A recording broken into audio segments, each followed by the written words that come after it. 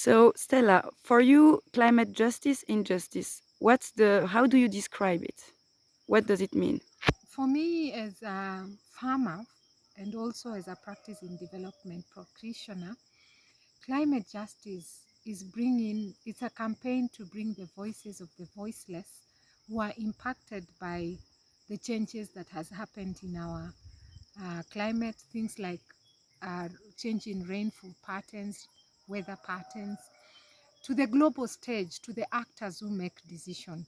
So the part that brings those actors together, those who are heavily impacted and those who have caused it, is a campaign to bring the voices together of those who have taken action that is causing what is happening in my own country and other countries in Africa and all over the world, to a table to discuss.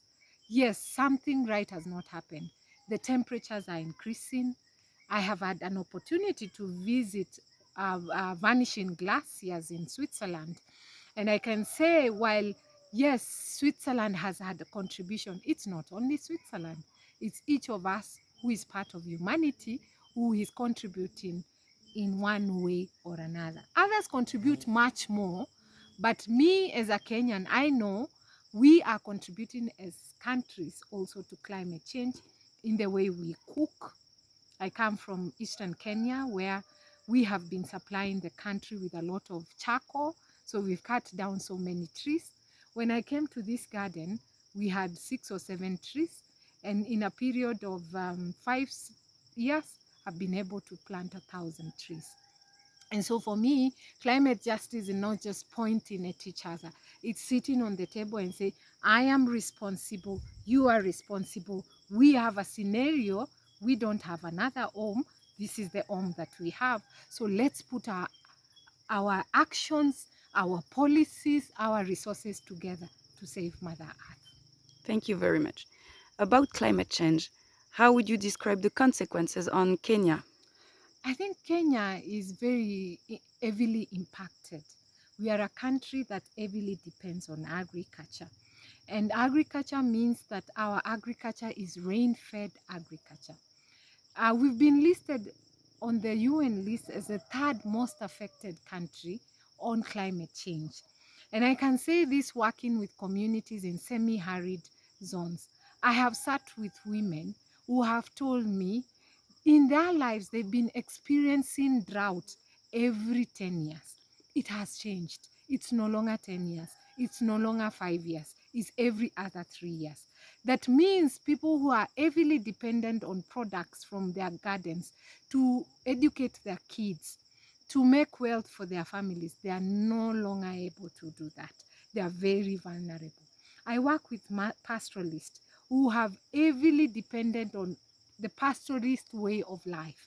And each day you can see despair. Whatever they do, the rain comes, their cows are strong. After 1 year, they die, they begin again. For me, that is desperation. So for me, I see climate change affecting people, affecting livelihoods, affecting the environment. There's a huge increase of pests and diseases that we never had, and the resistance of whatever the farmers are using.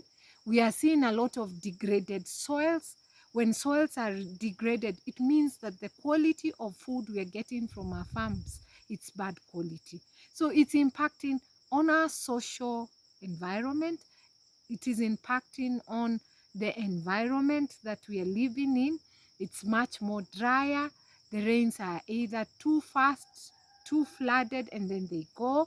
And so the cycle and seasons of life of when we harvest what has really changed.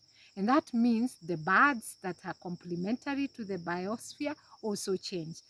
In my garden, I've created different species, and I've also enabled different birds to thrive and bees. But I must say, it is very difficult in some of the regions that I work in for bees to thrive because there is no water nearby. Bees cannot fly beyond 5 kilometers to get water. There is no flowers and fauna to feed them. And so I can say it not only impacts people, it has also impacted the ecosystem. We work with Ma women. The wildlife human conflict has increased. We hear more stories of people who have been attacked by elephants, yet the Maasai for so many years have existed with animals in their lives. So I can say from my personal view is that we are really impacted in a big way. This is the third season in semi-arid regions where we work that the farmers have not gotten rain. How then can these households be resilient economically? How then can they be able to provide and to have a meal? Many of them only get one meal per day. This is how the huge impact has impacted on us. And yet, because Kenya is dependent on incomes from agriculture, then our GDP is also affected. And that means the incomes disposable for the country to make development is going down. So I can say it's a huge impact. Thank you for this very thorough explanation.